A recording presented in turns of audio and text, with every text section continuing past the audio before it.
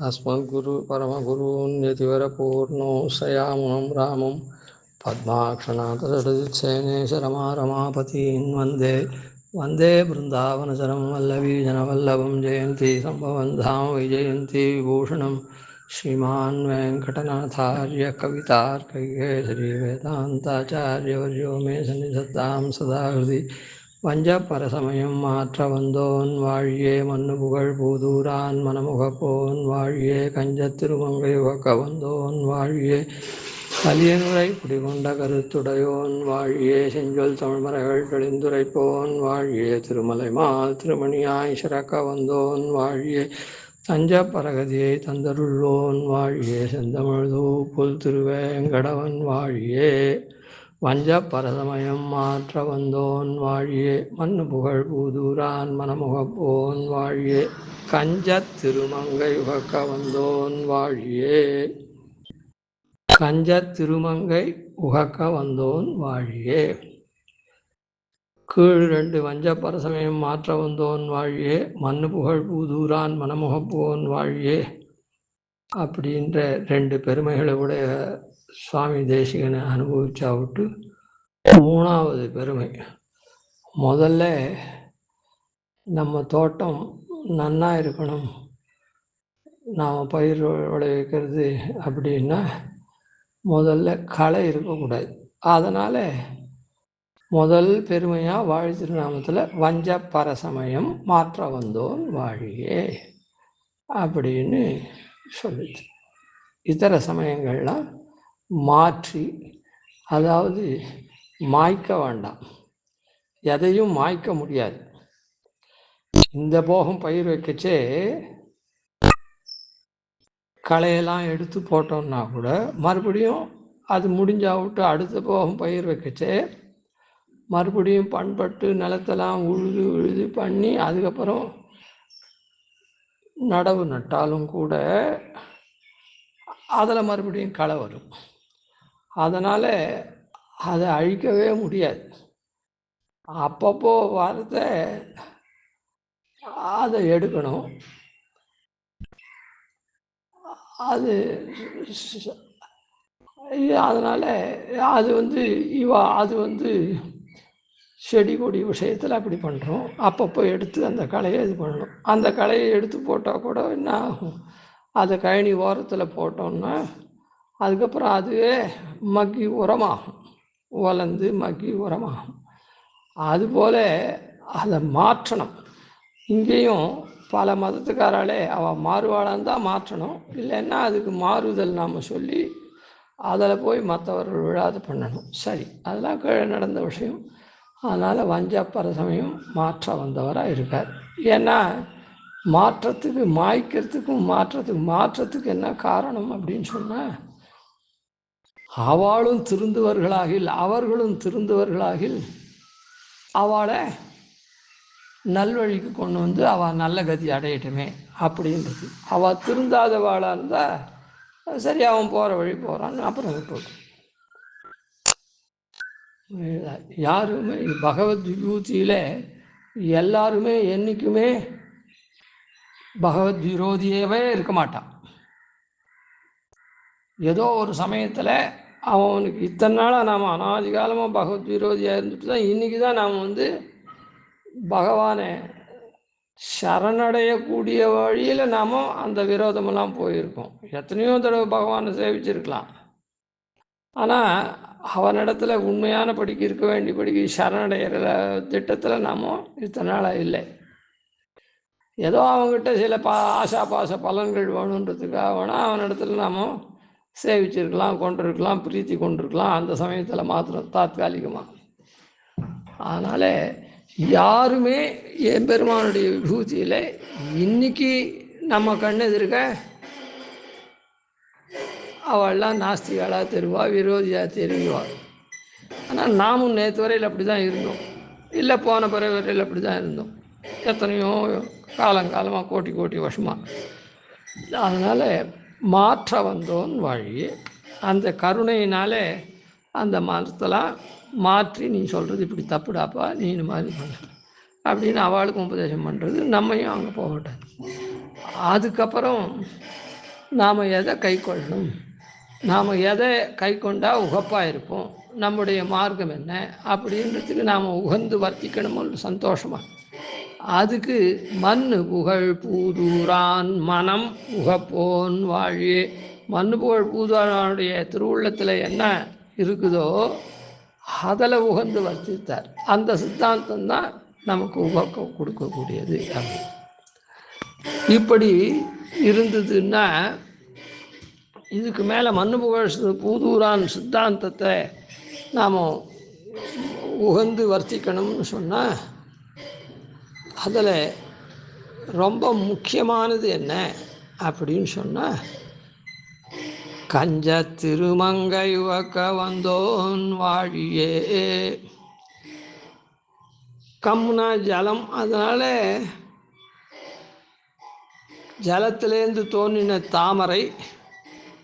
கஞ்ச திருமங்கை, தாமரை மலரில் இருக்கக்கூடிய திருன்னு சொல்லக்கூடிய ஸ்ரீ, திருன்னா ஸ்ரீ, ஸ்ரீன்னு சொல்லக்கூடிய மங்கை, அதாவது நல்ல குணவத்தியாக ரொம்ப பெருமாள் எப்படி யுவனாக இருக்கான யுவத்தியாக நன்னா இருக்கக்கூடிய பிராட்டி மகாலட்சுமி.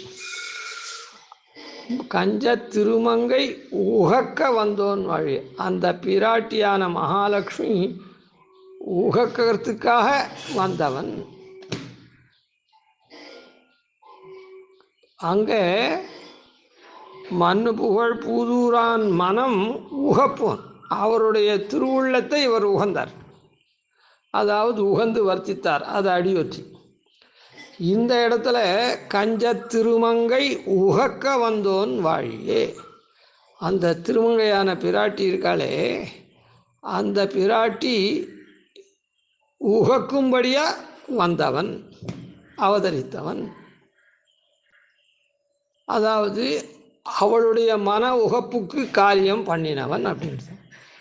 ஒருத்தர் ஒரு இடத்துல போய் காரியம் அவளுக்கு ரொம்ப உகப்பாக இருக்குது, பா நீ வந்துட்டியாப்பா, இனிமேட்டு எனக்கு விசாரமே இல்லை, நான் எப்படி இந்த காரியத்தை பண்ணுறது அப்படின்னு நினச்சிருந்தேன், நீ வந்துட்ட, எனக்கு இனிமேட்டு ஒன்றும் இல்லை அப்படின்னு இவனிடத்துல அவள் உகக்கிறான். ஏன்னா இவன் அவளுக்கு தகுந்தா போலே காரியத்தை பண்ணக்கூடியவன். அதுபோல் இந்த இடத்துல திருமங்கை உகக்கும்படியாக இங்கே வந்திருக்கவன், அதாவது அவதரிச்சிருக்கவர். அப்படின்னா திருமங்கை உகக்கும்படியாக இவர் காரியத்தை பண்ணுறவர்னு அர்த்தம். திருமங்கை உகக்கும்படியாக காரியம் பண்ணணும்னா அவளுக்கு எதனா வேணுமா? பெருமாள் எப்படி அவாப்த சமஸ்தகாமனோ அவளும் எல்லாத்தையும் பெற்றவள் தான். எப்படி அவளுக்கு என்ன தேவை, இவரால் ஆக வேண்டியது என்ன அப்படின்னா, இப்போது நீ வந்துட்டியாப்பா, எல்லா காரியமும் ஆகிடுது, நான் நிச்சயந்தையாக இருக்கேன், ரொம்ப சந்தோஷம் அப்படின்னு இவர் உகக்கிறாரு. அந்த இடத்துல அவன் ஏதாவது அவன் துட்டை போட்டு பண்ண போகிறான்னா, ஒரு கல்யாணம்னு வச்சுப்போம், கல்யாணத்துக்கு நான் இனிமேட்டு விசாரப்பட வேணாம்பா, நீ வந்துட்ட, ரொம்ப சந்தோஷம் அப்படின்னு சொல்கிறாரு. இவருடைய துட்டை எடுத்து தான், ரூபாய் எடுத்து தான் அவன் அதை வாங்கிட்டு வருது, இது வாங்கிட்டு வருது, அது கூட இவனே போகிறது இல்லை, ஆளை விட்டு வாங்கிட்டு வர சொல்கிறது, அந்த மாதிரிலாம் பண்ண போகிறான்.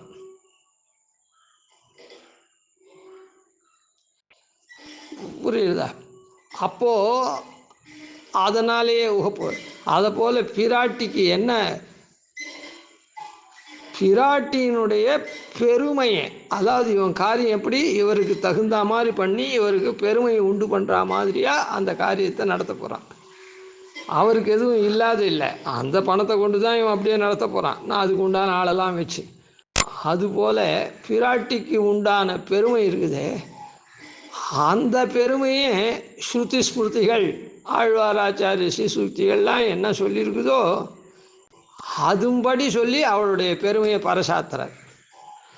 அதனால் பிராட்டிக்கு உகப்பு. இவர் இடத்துல பிராட்டி சந்தோஷமாக இருக்கா. மற்றையோர்கள்லாம் பிராட்டியினுடைய பெருமையை கொஞ்சம் குறைச்சி சொல்கிறான். இல்லை இவரை மாதிரி நன்னா சொல்கிறவாளும் இருக்கட்டும், அதை பற்றி இல்லை, ஆனால் நிறைய பேர் குறைச்சி சொல்கிறார். சில ஆச்சாரியர்கள் பிராட்டியினுடைய இதை பூர்ணமாக அனுசந்தானம் பண்ணுறா. ஆனால் இவருக்கு உண்டான பெருமை இந்த இடத்துல சொல்லப்படுது. திருமங்கை உகக்கும்படியாக இவர் வர்த்திக்கிறார். இவருடைய கிரந்தங்களில் அவளுடைய சீர்மையை, அவளுடைய பெருமையை இவர் நன்னா ஸ்தாபிக்கிறார். இன்னும் 10 பேர் ஸ்தாபிக்கிட்டோம். அதை பற்றி மற்றவா இல்லைன்னு சொல்லலை. இந்த இடத்துல நிறைய பேர் இல்லை தான், அதில் ஒன்றும் சந்தேகம் இல்லை. பாஷ்யகார சித்தாந்தத்தில் இருக்கவா இருப்பாளோ, அவள்லாம் இதில் வியாவிருத்தி பண்ணலை. இவருடைய தன்மை என்ன, இவர் சிறக்க வந்தோன் வாழியே. இப்போது இவன் கிளாஸ் ஃபஸ்ட்டு அப்படின்னு ஒரு பையனை சொல்கிறான்னு சொன்னால், இதுக்கு முன்ன வாசித்தவன்லாம் அந்த கிளாஸில் ஃபஸ்ட்டு வந்ததே கிடையாதா அப்படின்னு கேட்க முடியாது. இப்போ வாசிக்கச்சே இந்த கிளாஸில் இவன் ஒவ்வொரு கிளாஸ்லேயும் ஃபஸ்ட்டு வந்துருந்தான் இந்த பையன், அப்படி தான் அர்த்தமே தவிர இவனுக்கு முன்ன இன்றைக்கி இவன் 6வது வாசிக்கச்சே போன வருஷம் 6வது வாசித்தவன்லாம் அதில் ஃபஸ்ட்டே வரலையான்னு ஒருத்தன் வந்திருக்கானு இல்லை. அதுபோல் மற்றையோர்கள் பிராட்டியினுடைய பெருமையை உகக்க பறைசாத்திருக்கலாம் தங்களுடைய கிரந்தத்தில், தங்களுடைய பிரச்சாரத்தில். அதை பற்றி விசாரம் இல்லை. இவர் எப்படி வர்த்திச்சார் அப்படின்றது தான். அதனால் மண்ணு புகழ் பூதூரான் மனமுகப்போன் வாழியே அப்படின்றதுக்கும் அந்த பூதூரானுடைய திருவுள்ளத்தினாலே இவர் உகந்து வர்த்திச்சார். ஆனால் இந்த இடத்துல கஞ்ச திருமங்கை உகக்க வந்தோன் வாழினா அந்த திருமங்கையே ஆதரம் கொள்ளக்கூடிய, சந்தோஷம் அடையக்கூடிய இவருடைய அவளிடத்தில் இருக்கக்கூடிய பிரீத்தியும் அவளை பறைசாத்துறதும் அப்படிப்பட்ட தன்மையை பார்த்து அவள் உகக்கிறா இவரிடத்துல அப்படின்னு இந்த இடத்துல சொல்லப்படுது. கஞ்ச திருமங்கை உகக்க வந்தோன் வாழியே. இதுக்கும் இவர் எப்படி அந்த மாதிரி உகக்க வர்த்திச்சார் அப்படின்னு கொஞ்சம் இவருடைய கிரந்தங்கள்லேருந்து எடுத்து, இதே போரும், இந்த அர்த்தமே போரும், இருந்தாலும் கிரந்தங்கள்லேருந்து எடுத்து சொல்லுவோம். ஆளவந்தார் ஸ்ரீஸ்துதி தான் சதுஸ்லோகின்னு ஒரு 4 ஸ்லோகங்கள் பண்ணார் ஒரு ஸ்தோத்திர பாடமாக. அதுக்கப்புறம் பின்னிட்ட ஆச்சாரியர்கள் ஏதோ 1-2 ஸ்லோகங்கள் அருளியிருக்கா. பாஷ்யக்காரர் சரணாகதி கத்தியத்தில் புருஷகார பிரபத்தி பண்ணுறதுக்காக பிராட்டியினுடைய குணநல்ல ஒரு சூர்ணிகையினாலேயும் அவளை எதுக்கு நான் சரணடைகிறேன் ஒன்று அப்படின்றத ஒரு சூர்ணிகையால் பண்ணார்.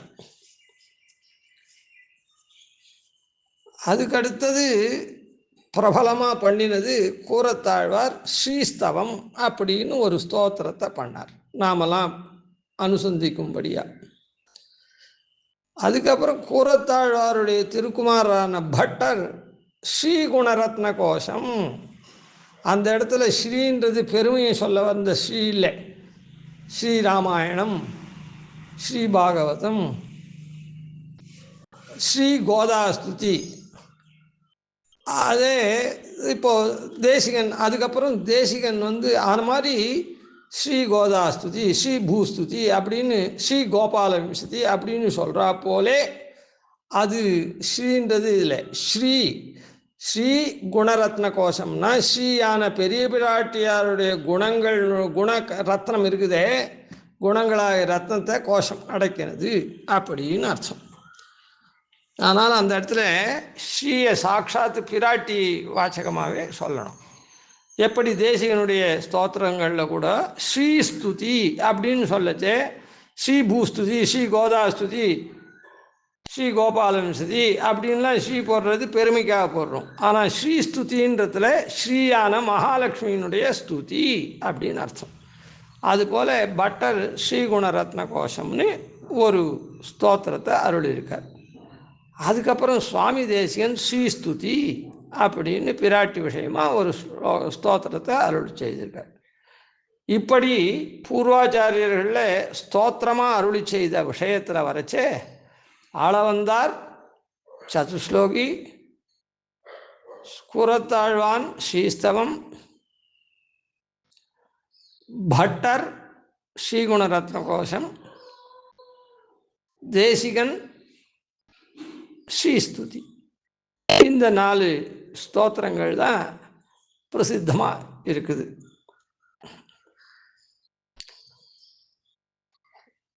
இதில் பிராட்டி உகக்கும்படியாக இவர் என்ன பண்ணார் அப்படின்றது தான் நாம் இப்போ இது பண்ணணும்.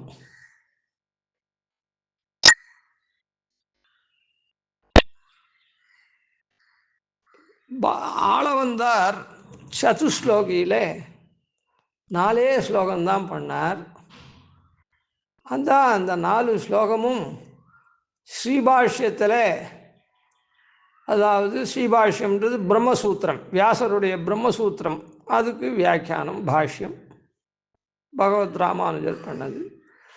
அதில் அந்த 4 ஸ்லோகங்கள் தான் 4 அத்தியாயத்தில்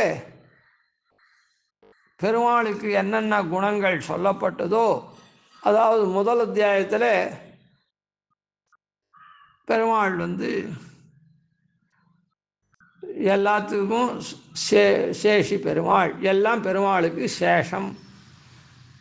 அதான் காரணத்துவ அத்தியாயம்னு சொல்லுவா, சமன்வயாத்தியாயம்னு சொல்லுவா. அதான் மொத்தம் எம்பெருமானுக்கு உடைமை அப்படின்னு ஸ்தாபிக்கப்பட்டது. 2வது அத்தியாயத்தில் இதுக்கு பிறர்கள் ஆன மாதிரி எம்பெருமான் இதுக்கு இந்த மாதிரி சுவாமி கிடையாது, காரணம் கிடையாது அப்படின்னு சொல்லக்கூடிய மதங்களோ இல்லை மற்ற அதான் இது கிடையாதுன்னு கண்டிக்கக்கூடிய யுக்திகள்னால் கண்டிக்கிறதோ இல்லைன்னு சொல்கிற மதங்களோ அதெல்லாம் கண்டித்து விரோதத்தை ஸ்தாபிக்கிற அதிகாரம் அவிரோதாத்தியாயம்.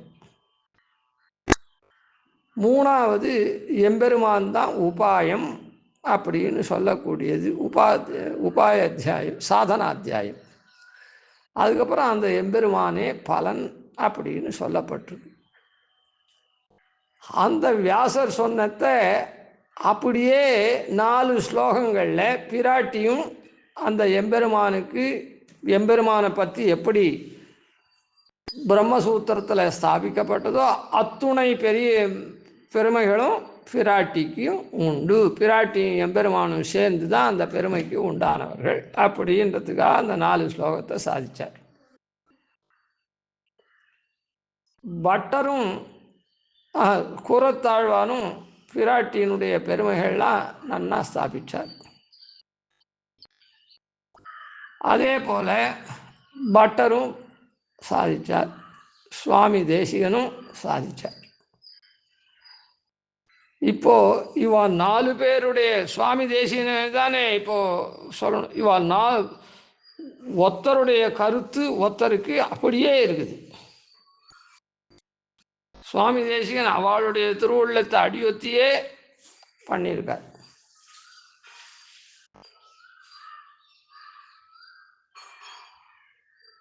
அதாவது சுருக்கமாக சொல்லணும்னா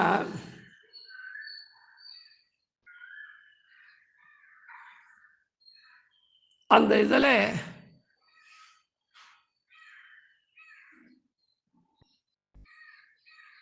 அந்த யான்யன்யானியதா சுகம் விஹரதோ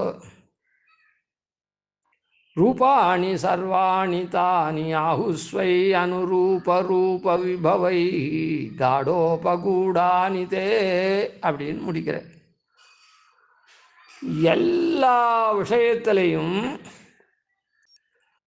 பெருமாளோட கூட பிராட்டியானவள் அப்படியே ஸ்லிஷ்டமாக இருக்கா. காட உபகூடானிதே, அப்படியே கலந்து நிற்கிறா, எந்த இடத்துலையும் பிரிவற்று.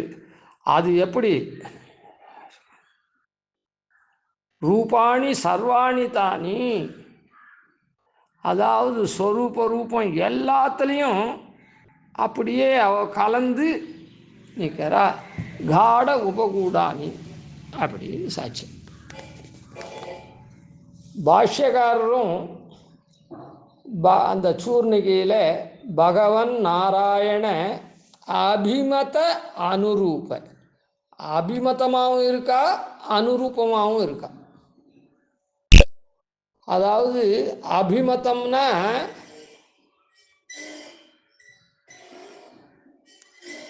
ஒத்த கருத்துடையவள் அந்த மாதிரி.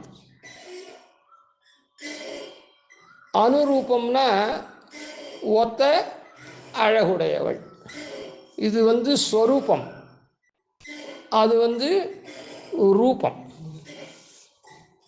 பகவன் நாராயண அபிமத அனுரூப எதில் இப்படிலாம் இருக்கா அப்படின்னு சொன்னால் ஸ்வரூபம், ரூபம், குணம், விபவ, ஐஸ்வர்ய, சீலாதி அப்படின்னு சொல்கிறார்.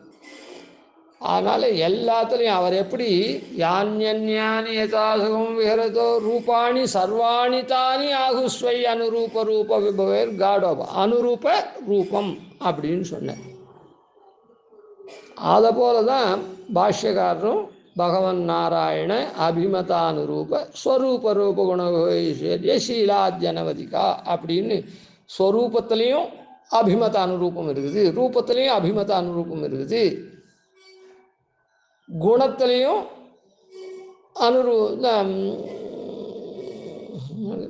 அபிமத அனுரூபம் இருக்குது, சீலத்திலையும் அபிமத அனுரூபம் இருக்குது அப்படின்னு சாட்சியம். எல்லாத்துலேயும் அபிமத அனுரூபமாக இருக்காது சாட்சியம். அதுக்கப்புறம் இந்த பிராட்டியினுடைய பெருமையே பாஷ்யக்காரர் ஸ்லோகாதிகளில் அங்கே இங்கே சொல்லலை, ஒரு தனி வாக்கியமாக சாதிச்சிருக்கார் அப்படின்னு சம்பிரதாயத்தில் சொல்கிறோம். என்ன சாதிச்சிருக்காருன்னா, எம்பெருமானை சொன்ன விடங்களிலெல்லாம் பிராட்டியும் சொல்லிற்றாம் அப்படின்னு. அதாவது எம்பெருமானை எந்த இடத்துல சொல்கிறதோ சாஸ்திரம், அதெல்லாம் எம்பெருமானே உயர்ந்தவன் அப்படின்னு சொன்னால் உடனே பிராட்டியும் சொல்லித்துன்னு அர்த்தம். பிராட்டி உயர்ந்தவள் நாங்கள் சொல்லலையே அப்படின்னு சொல்லக்கூடாது. எம்பெருமானை சொன்ன இடங்களிலெல்லாம் பிராட்டியும் சொல்லிற்றாம் என்ற உடையவர் வார்த்தையை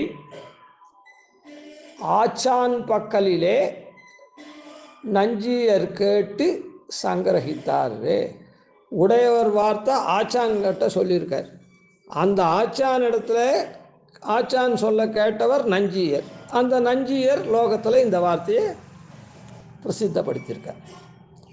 ஆனால் எந்த இடத்துல பெருமாளை சொல்லித்தோ, பெருமாள் இப்படிப்பட்ட குணாளுன்னா இவளும் அப்படிப்பட்ட குணத்தை உடையவள், பெருமாள் இப்படிப்பட்ட ரூபத்தை உடையவன்னா இவளும் அப்படிப்பட்டவள் அப்படின்னு தான் அதுக்கு அர்த்தம்.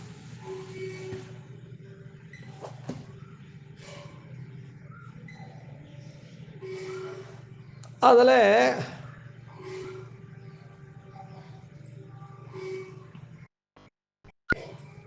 அதை பட்டர் இல்லை இப்போ இப்படி. அதனால் பெருமாள் பெருமாளுடைய குணத்தை அளக்கவே முடியாது. உயர்வர உயர்நலமுடையவன் இல்லையா? அப்போ அதை போல தான் பிராட்டியும் உயர்வர உயர்நலம் உடையவள் அப்படின்னு அர்த்தம். அதை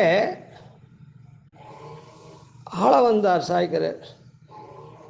யஸ்யாஸ்தே மகிமானமாத்மனைவ த்வத்வல்லபோ விப்ரவு நாலம் மாதுமியத்தயா. எப்படி உன்னுடைய மகிமை எம்பெருமானுடைய மகிமையை எப்படி அளக்க முடியாதோ இவ்வளவுதான், அதை போல உன்னுடைய மகிமையும் இவ்வளவுதான் அளக்க முடியாது அப்படின்னு சொல்ற. கூறத்தாழ்வானும் என்ன சொல்லிருக்க, தேவி தொன் மகிமா அவதிர்ண ஹரிணானாபி த்வயா ஞாயதே. பிராட்டியே, உன்னுடைய மகிமையை ஹரிணானாபி த்வயா ஞாயதே, எம்பெருமானாலையும் அளக்க முடியாது, ஒன்னாலையும் அளவிட்டு சொல்ல முடியாது, அறிய முடியாது. அப்படி அளவு கடந்த பெருமை உடையவள். ஆள வந்தாரும் ஒரு தாழும் ஒன்னே சொல்லிருக்க. அந்த பாஷ்யக்காரர் எம்பெருமானை சொன்ன விடங்கள் எல்லாம் பிராட்டியும் சொல்லித்தாம்னு ஆச்சான் பக்கல்ல நஞ்சியர் கேட்டு சங்கிரகித்தார்னு. இந்த நஞ்சியர் யார்? பட்டருடைய சிஷ்யர். அந்த பட்டர் கூரத்தாழ்வாருடைய திருக்குமாரான பட்டர் ததந்தர்பாவாத் துவாம் ந பிருதக் அபிதத்தே ஸ்ருதிரபி, அவனிடத்துல நீ அந்தர்பாவமாக ஆயிருக்கிறதுனால துவாம் உன்னை ஸ்ருதிரபி ந பிருதக் அபிதத்தே, ஸ்ருதியில் கூட ஒன்றை பிரித்து சொல்லலை. அப்படின்னா என்ன அர்த்தம்? எம்பெருமானை சொன்ன இடங்கள்லாம் பிராட்டியும் சொல்லித்துன்னு எடுத்துக்கணும். அதான் அப்படி அவன் காடோபகூடானி தானே அந்த மாதிரி அந்தர்பாவம் ஆகிருக்கிறதுனால அவனை சொன்னதுனால ஒன்றை தனியை கூட சொல்லலை, நீ அந்தர்பாவமாக இருக்கிறதுனால அப்படின்னு சொன்ன. இது எல்லாத்தையும் சேர்த்து வச்சு ஸ்ரீஸ்துதி ஆரம்பத்திலேயே சுவாமி தேசிகன் மானாதீத பிரதித விபவாம் அப்படின்னு சொன்னார். மானாதீத, மானம் அளவு, அது கடந்தது, எல்லை இல்லாதது. மானா பிரதித விபவம், ரொம்ப பிரசித்தி பெற்ற விபவத்தை உடையவள் அப்படின்னு சொல்றது. அப்போது பிரசித்தி பெற்ற, மிகவும் பிரசித்தி பெற்ற, எல்லை இல்லாத பிரசித்தியை உடையவள் அப்படின்னு சொன்னால் எம்பெருமானுக்கு எப்படி எல்லை இல்லாது இருக்குதோ அதுபோல் இவளுக்கும் எல்லை இல்லாது இருக்குது. அப்போது எல்லை இல்லாத ஒருத்தனுக்கு ஒரு இது இருந்ததுன்னா அவனை பற்றி ஒரு 100 1000 அந்த மாதிரி ஸ்தோத்திரம் பண்ணால் கூட இது இருக்குது இது இருக்குது இது இருக்குதுன்னு சொன்னால் கூட அதுக்கு மேலே இவன் சொல்லாததெல்லாம் இருக்குது, சொல்லிட்டு வரதெல்லாம் இருக்குது அப்படின்னு சொன்னால் இவளுக்கும் அது இருக்குதுன்னு அர்த்தம். அப்போ பட்டர் சொன்னதோ பாஷ்யக்காரர் சொன்னதோ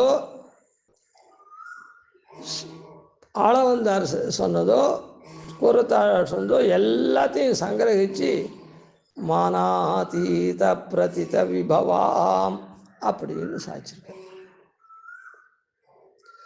அப்போது இதிலேருந்து என்ன தெரியுதுன்னா, பெருமாளை என்ன சொல்கிறோமோ சாஸ்திரம் சொல்லித்தோ அது மொத்தம் அப்படியே பிராட்டிக்கு சொல்ல வேண்டியது தான்.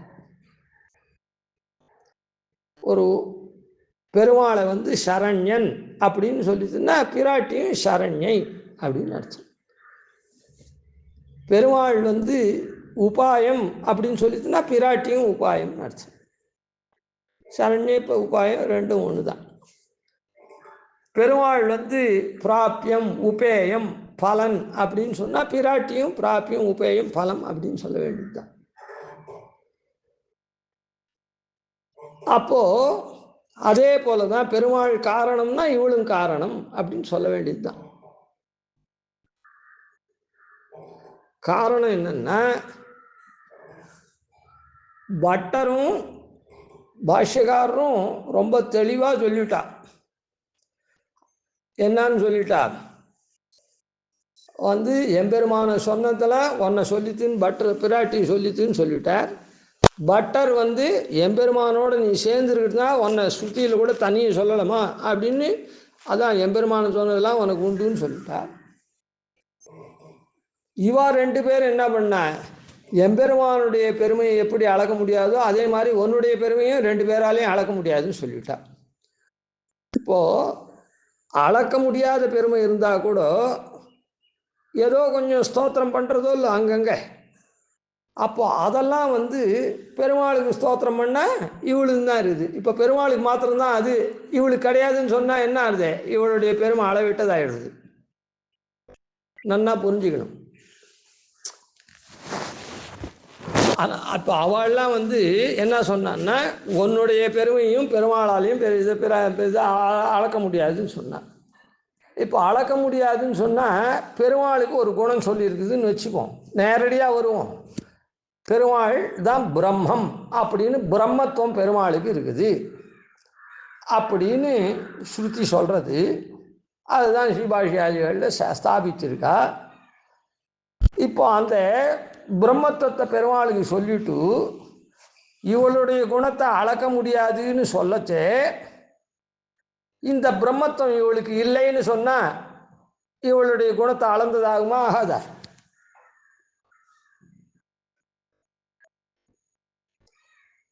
அதனால அந்த பிரம்மத்துவம் உண்டுன்னு தான் சொல்லணும். ஆனால் பிரம்மத்துவம் உண்டுன்னு சொல்றதுக்கு பலவிதமான இடைஞ்சல் இருக்குதே, சாஸ்திர விரோதம் இருக்குதே அப்படின்னு நாம் சொல்லலாம். ஆபாத்ததா இல்லை, ரொம்ப உள் புகுந்து பார்த்தா கூட அது விரோதம் வரா மாதிரி இருக்குதே அப்படின்னு சொன்னால் கூட இவெல்லாம் என்ன சொல்லிருக்கா, உன் பெருமையை அளக்க முடியாதுன்னு சொல்லிருக்கிறதுனால 2 பேர் அளக்க முடியாதுன்னு சொன்னால் 2 பேர் அளக்க முடியாதுன்னு சொன்னது மாத்திரம் இல்லை, ஸ்பஷ்டமாக சொன்னால் பெருமாளை சொன்னதெல்லாம் பிராட்டிக்கும் உண்டுன்னு சொல்லிட்டா. அப்படி சொல்லச்சே இந்த பெருமாளுக்கு பிரம்மத்துவம்ன்றது ஜெகத்காரணத்துவம் பெருமாளுக்கு உண்டு, அதான ஸ்தாபிச்சிருக்கா. அப்போ அதை பிராட்டிக்கு இல்லைன்னு சொல்லிட்டா பிராட்டியினுடைய பெருமை அளவிட்டதாயிடும். இந்த இடத்துல அதுதான் நன்னா புரிஞ்சுக்கணும். ஆனால் ஜெகத்காரணம் பெருமாள் தான் சாஸ்திரம் சொல்லியிருக்குது, பிரம்மன்றது பெருமாள் தான் சாஸ்திரம் சொல்லிருக்குதுன்னு கேட்கலாம், ரொம்ப சந்தோஷம். ஆனால் அது நமக்கு புரியல. அப்படின்னா என்ன சொல்லணும்? இது பிரம்மத்துவம் இல்லைன்னு சொல்லக்கூடாது, எனக்கு தெரியலேன்னு தான் சொல்லணும். பிராட்டிக்கு பிரம்மத்துவம் இருக்குதா, ஜெகத்காரணத்துவம் உண்டா அப்படின்னு யாருன்னா கேட்டால் எனக்கு தெரியலேன்னு வேணால் சொல்லாமே தவிர அவளுடைய பெருமை எத்தனையோ நமக்கு தெரியல. என்ன தெரிஞ்சுதுன்னா அளவிட்டதாகிடுமே, எல்லாம் தெரிஞ்சு கொடுத்தோம்னா 1000 குணம் தான் அவளுக்கு இருக்குதுன்னா 1000 தெரிஞ்சுடுத்துனா தெரிஞ்சது அது மாதிரி ஆகிடுமே. அவளுக்கு அளவில்லாத குணம் இருக்குது, அதில் இதுவும் ஒன்று அப்படின்னு தான் சொல்லாமே தவிர அவளுக்கு இல்லைன்னு சொல்லக்கூடாது. இல்லைன்னு சொன்னால் நீ அளவிட்டதாக ஆகிடும். அப்போது ஜெகத்காரணத்துவம் பிராட்டிக்கு உண்டா அப்படின்னா எனக்கு தெரியல, அதனால் அவளுக்கு இல்லைன்னு அர்த்தம் இல்லை. புரியுதா? எனக்கு தெரியலன்றதுனால அவளுக்கு இல்லைன்னு அர்த்தம் இல்லை, அவளுக்கு உண்டு தான், எனக்கு தெரியல அப்படின்னு தான் சொல்லணும். சரி, மேலே நாளைக்கு தொடரும். கவிதார்க்கிய சிம்ஹாய கல்யாண குணசாலினே ஸ்ரீமதே வெங்கடேஷாய வேதாந்தோரவேணமாதிவண்டோபாதீனிதிவர்யான் பஜனிஷம் ஸ்ரீரங்கபூர்வஷடித்யதீசானபதாஸ்ரீம் ஸ்ரீவத்சம்சலகம் வந்தே ஸ்ரீகிருஷ்ணதேசிகம்.